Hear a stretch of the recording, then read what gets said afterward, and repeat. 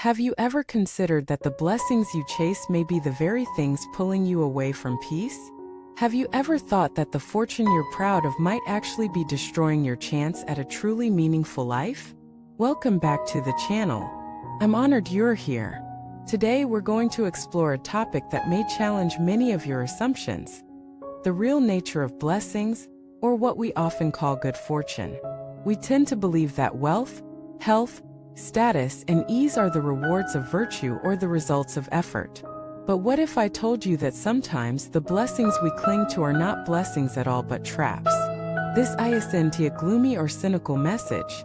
It's a compassionate wake-up call rooted in the wisdom of centuries, including the Buddhist perspective that invites us to look beyond appearances, beyond surface comfort, and to ask, what is true blessing? Let us begin by exploring a key idea that comes from Buddhist tradition.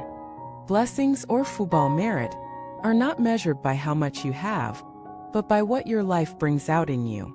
A person surrounded by luxury but driven by greed is not blessed. A person with a modest life but a peaceful heart may be rich in the deepest sense. Real blessings are internal. They are invisible to the eye but deeply felt in the soul.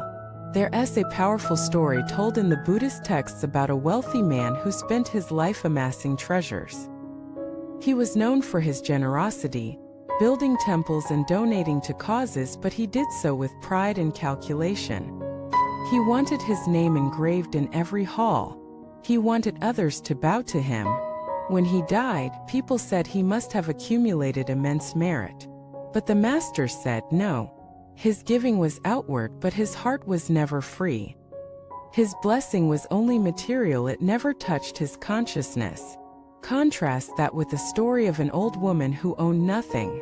Every day, she would sweep the dusty road leading to a monastery.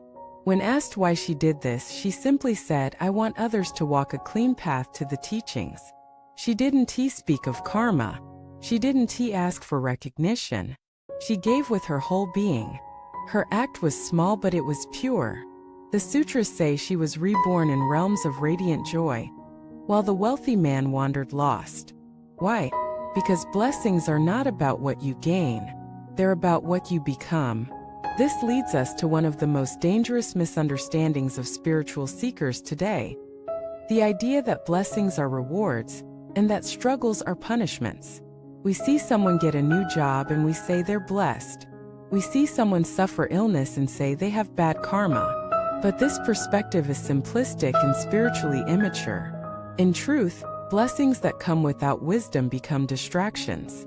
Challenges that arrive with humility become awakenings. Let us say you win the lottery. You feel ecstatic. Suddenly, people treat you differently. Your sense of self inflates. But slowly you become anxious. You're afraid of losing what you've gained. You start distrusting people. You're no longer simple. You no longer sleep peacefully. Did this blessing help you or harm you? Or say you lose your job. First it feels like a curse, but then you begin to ask questions. You reflect. You reconnect with what truly matters. You rediscover the love of your family. You become more present. Was this hardship a punishment or a doorway? True blessings refine the heart. False blessings inflate the ego. Master Shang Yin once said, "To receive blessings and not drown in them is one of the hardest spiritual tests." Think about that. It's easy to remain humble when you're struggling. But what about when life is easy? When everyone praises you? When you're on top? Can you still bow? Can you still let go?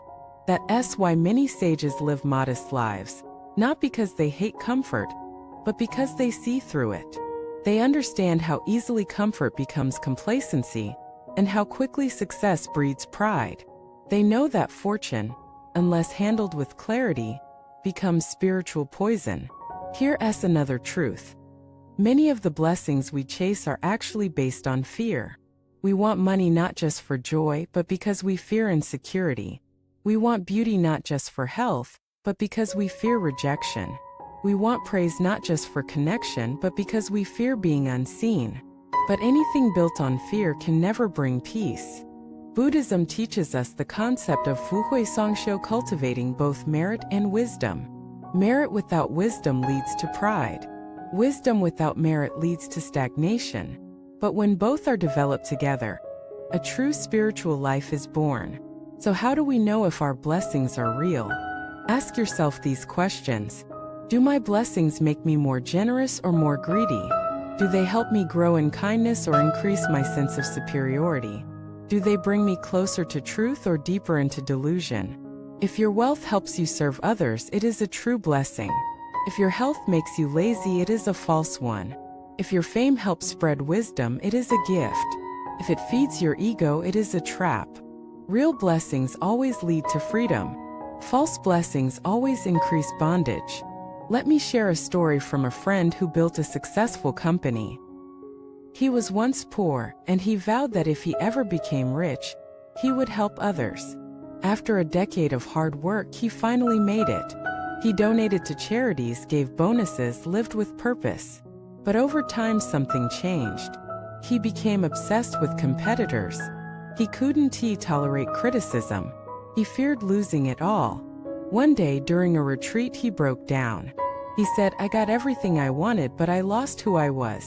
That moment was the beginning of his real blessing, not the money, but the awakening. He didn't give up his business, but he changed how he ran it. He meditated. He treated employees as equals. He spoke less. He listened more. Today he says, "My real fortune is into what I own, it's the peace I carry." That is the transformation we all must seek. So what can you do? Start by redefining what fortune means for you. Don't look at your bank account, look at your reactions. Don't count your possessions, count your peace. Don't seek approval, seek clarity. Then cultivate gratitude, not for what you have, but for what life teaches you. When someone praises you, thank them and release it. When someone criticizes you, listen and reflect. When you lose something, bow and ask, what is this revealing? Blessings are not what you think. They're what you see when the eyes of wisdom are open. Thank you for watching this video. I hope it opened something in you, not a judgment, but a reflection. Please share your thoughts below. What are some blessings in your life that didn't feel like blessings at first? Have you ever felt trapped by your success or freed by your failure? Like this video if it spoke to you, and subscribe for more wisdom to guide your path.